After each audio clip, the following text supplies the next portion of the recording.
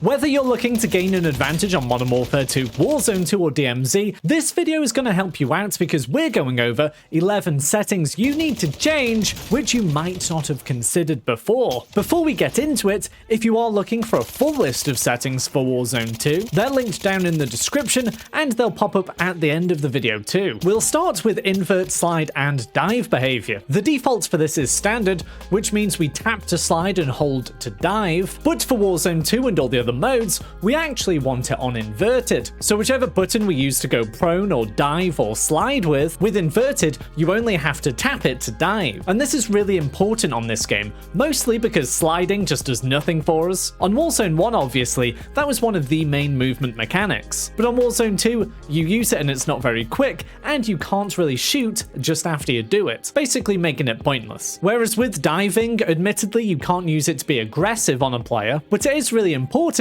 to get out of the way quickly. So by only having to tap to dive out the way, that's going to save us a few seconds, which can save a bullet or two going in us, which then can save our life. Now we move on to interact and reload behavior, and we want this on prioritize interact. This is particularly on Warzone 2 Battle Royale and DMZ, because looting is obviously a huge part of those modes. And a lot of the time you're going to have the option both to interact with something or reload, and the majority of the time you'll be wanting to interact. So by putting it on prioritize interact, it just means that if reloading and interacting are both available at the same time, we just have to tap our button to interact, or if we want to reload, we can still do that, we just have to hold in the button. This is a super important setting to loot up quickly and get the advantage, particularly in the early games, and basically in the whole game throughout DMZ, but I would recommend if you just play Modern Warfare 2 multiplayer, probably just leave this on tap to reload. And next up is the aim assist type, and for this we want Black Ops. Out of the 4 options we have, this is the strongest aim assist. Even though it was nerfed a little while ago, it still is the strongest, and this is particularly the case when you match it up with the aim response curve type of dynamic. Now I'm not going to go into details what exactly aim response curve is now, but I have made a whole separate video on that in the past, which you can click in the top right corner now as a card, or again in the description with the other videos. Now we have backpack alternative control. This setting, along with many others in the video, is all about saving us a few seconds here and there to gain the advantage on our enemy. And this simple setting just means that we can navigate our backpack with the analog sticks rather than the D-pad. It's a little bit more intuitive, and it just means you don't have to take your thumb off the analog, go to the D-pad, then move back to the analog, and just get slowed down that way. Next up we have the field of view settings, and I like to run 120. This is the maximum setting, and I know it's not for everybody, but you really want to be running at least 105 upwards in my opinion. But anyway, that's not the main setting I want to highlight here, it's actually the ADS field of view. So you have 2 options, independent and affected. Affected essentially means that when you aim down your sights, you're still in the field of view as your main setting. So if mine's 120, if I have it on affected when I aim in, it's still on 120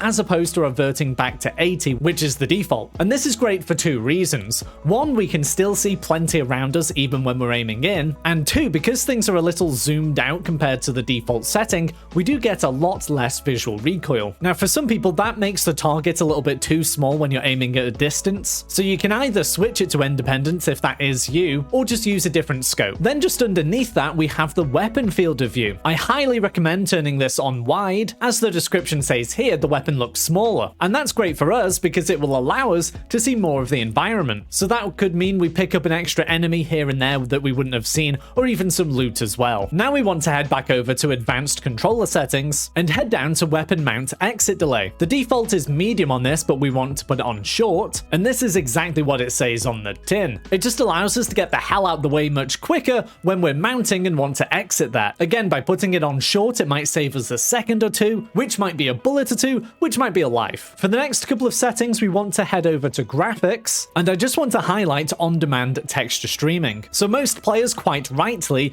think that flicking this on is a good thing. Why wouldn't you? It means that you stream high quality textures to your game, so it looks much nicer. However, when streaming high definition textures on a huge map on high FOV, that can take up quite a bit of bandwidth for some people, which means a laggier connection, higher ping, and just a worse time in game. Now I personally have a decent internet connection, but I still flick this off. I I prefer a slightly quicker connection where my bullets actually hit on time with zero lag than quite a negligible improvement in the graphics. Okay, now let's head down to safe area. Now the instinct with this is to just maximize it to the edges of the screen, but this actually impacts where our HUD is going to be placed. And whilst an onlooker might think the HUD looks better on the edges of the screen just aesthetically, when you're a player, you actually want your important information on your HUD to be much closer to the center of the screen. For example, if you've got a UAV up and you want to keep checking between your minimap and your scope, if those things are closer together, you're going to miss a lot less. So I recommend scrunching these up as much as possible into the center of the screen. And it doesn't get ridiculous, what you see here is as narrow as you can go. Now let's head over to interface and specifically